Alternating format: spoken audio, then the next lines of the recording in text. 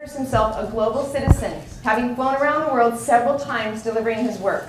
He graduated from the University of California at San Diego with an engineering degree in applied mechanics and engineering sciences. For the past 30 years, he has worked to drive social engineering and sustainable development on every continent. Peter was fortunate enough to have met Buckminster Fuller twice and followed Bucky's advice to read Critical Path. This changed his life and inspired him to found the Global Energy Network Institute to conduct research and education on Fuller's premier global solution, the interconnection of electric networks between nations with an emphasis on tapping abundant renewable energy resources around the world. This initiative is now being under development everywhere. So let us welcome one more. He is also a member of the IEEE, Power Engineering Society, the World Affairs Council, the Union of Concerned Scientists, United Nations Association, and an honorary member of the Rancho Bernardo Sunrise Rotary Club. That's the most important. So Rotary. What's the motto of Rotary? There's four. Tell me what they are. Is it fair to all concerned? Does it promote goodwill and peace? Is it the truth? Is it the truth? I was going to say trust. Truth. And is it, oh my gosh, what's the fourth one? I'm an honorary member, so that's an honorary member. Okay, and put you on the spot. So welcome, Peter. Let's give him a big hand. Well, I've never had a better setup for a presentation that I've done, so I can definitely get it done in 10 minutes. And I want to thank Keenan for inviting me, and I think Bill Dahl for having me come up from San Diego. I have been around the world to tell this story, and it is, I think it's one of the most compelling stories that we can have, and we'll engage in a pretty important question here in just a second. Let me ask, why are we here? Why are we here? On Earth or in this room? Yes. Yes and yes. Why are we here? For amplifier collective positivity. Okay, I like that one. Canada invited us. Fair enough. To network with people that want to change the world. All right, make the world a better place, right? That's one for sure. I think we're all here to make the world a better place. Be joyful. Good. Why are you here as a person now? Collectively, we want to make the world a better place. To connect to other people. Good. It's really interesting and fun to be around people who care. I'm going to call it make a difference. I think we're all here to make a difference. I wouldn't call it that. That's what I'm going to say. Most of us here want to make a difference in our family, in our lives, in our community, and I'd like to engage you in that, at least those two answers, for just a few minutes. My story is I did meet this guy named Buckminster Fuller. That's him on the middle of that huge Dymaxion map. It's the largest, most accurate flat map of the world. There is no other map that is more accurate. We will show you one of those when we have our discussion. And I met him when I was a high school senior. My dad was the president of the local community college, and he said, "You got to come hear this guy talk." Now, I'm 18 years old. I was a smart guy. But Bucky talked for 3 hours, did a tour of the universe, and I had no idea what he said, other than it was really important. So that's what I got about this guy. This is one of the geniuses of our last century. Anybody else meet him in here, or a few of you? Worth just going to Wikipedia and studying Bucky's Wikipedia. You'll get just a hit of one of these global individuals and the question that he had. And then I saw him at a Hunger Project board meeting. I was invited to that. He was given 30 minutes. I hung on every word. And people would always say, "Bucky, what should we do?" And he would never answer it directly because he wanted you to find out what was important to you. He said, what's spontaneously important and arousable in you? And then go do that. What's wanted and needed in the world that will call you out, and go do that.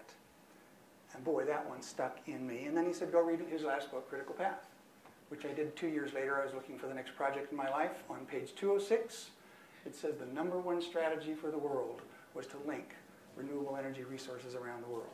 I'm an engineer by training. I said, I had never heard of that before. How come? If yours is the #1 strategy for the planet, how come I never heard about it in any of my engineering school?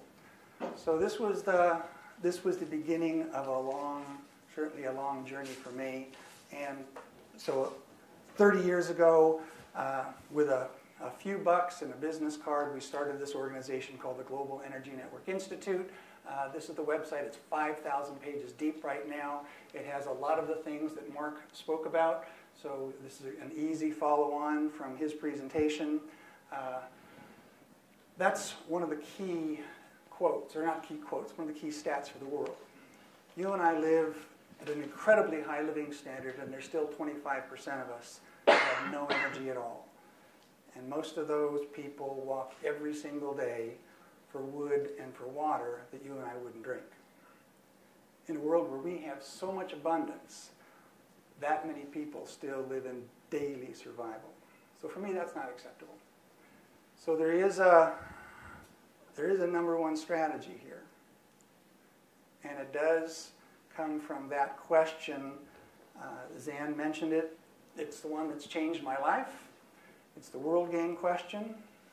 And here it is. How do you make the world work for 100% of humanity in the shortest possible time through spontaneous cooperation without ecological damage or disadvantage to anyone? How do you make the world work for 100% of humanity in the shortest possible time through spontaneous cooperation without ecological damage or disadvantage to anyone? That question lives today as well as it did 50 years ago when it started. And it drives the organization that we have. There's a number one answer to that. I would usually take you through a Q&A. It would take me about a half an hour in a rotary presentation to get you to that answer. But the number one answer to that is clean energy for everybody. For everybody. Now, you and I have plenty of energy, right? Anybody have any lack of energy in their life? Whether in your car or when you flip a switch, it's always there. What's wrong with that energy? 2/3 of it causes some kind of pollution. Just by the very nature of coming through the wires or putting it into your car, 2/3 of it are causing the problems that we all know about. So you and I are highest living standard ever known before, and we are part of the biggest polluters on the planet. China surpassed us, but we were clearly up until that point in time about 5 years ago. So we're living great, and we're the problem. And these people don't have anything and need something to get out of poverty. So the answer, that was the answer to the question. The number one how was to link renewable resources around the world. We're all familiar with this picture. It's the Earth at Night picture from NASA, right? So it's a beautiful picture of the world. Most people say that's everybody on the planet. Is it? Why not? Not everybody has lights. So there's 1 billion people that live in Africa, and only 15% of them ever flip a switch, have ever had an ice cube in their drink. And even the people over here, there's over 1 billion people there, and half of them in that 5-state region have no electricity at all. In a world where you and I have all of this at our fingertips, they were, just by the nature of where they were born, they don't have the stuff that you and I have. So that's a beautiful picture, but it clearly is not an equitable picture. So not all lights are the same. We have a tremendous amount of electricity per capita in North America, about 12,000 kilowatt hours per capita per year. You don't need to remember the number. I'm not going to give you a lot of stats. In Africa, in Europe, you can get by with half of that with a very high living standard. Same thing in Japan. To get people out of basic poverty, it takes 2,000 kilowatt hours per capita per year. Just a little bit. So they have clean running water, a light bulb for the schoolhouse and the health clinic, and a refrigerator for basic medicine. You transform a village with just a little bit of electricity. And that's clearly what they need in a lot of those places in Africa, Latin America that have none right now. So what's also true about that picture? You see a lot of lights there. Are they all independent lights? Are they all just rooftop lights? Or are they interconnected?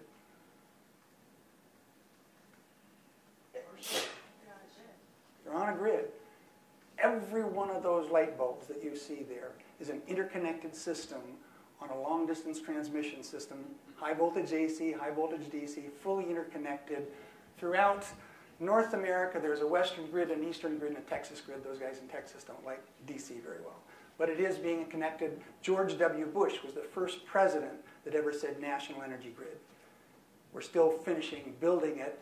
He said it 2 months later. China said they're going to build it, and guess what? China's built their national grid because they know how to do it fast.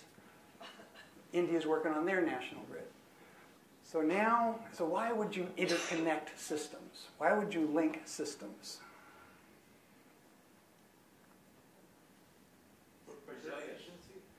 For efficiency? I heard that.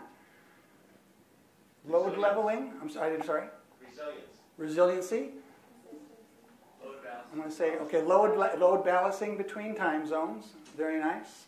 Some of my cheapest electricity also in San Diego comes from 1,000 miles away in the Bonneville Power Administration, BC area. So that's the nature of transmission. Who's the physician in here? Any doctors? All right. So what's the analogy in our body? What's the electrical system in our body? A lot of it's brain, cardiac. The electric system in our body, what is that? Nervous system. All right. You help me for just a second, Mina, jump up. Nervous system's fully interconnected, right? So I touch Nina on her face, she knows it immediately. I touch it on her hand, she knows it immediately, right? What if I disconnect this nerve in her arm? What happens to her arm? What happens if I disconnect this major nerve? Doesn't work, right? Not connected. That's Africa. It's not connected to the rest of the system. And it just so happens, like Mark said, Africa is one of the continents most blessed with renewable potential. Solar, wind, hydro, geothermal, off the scale.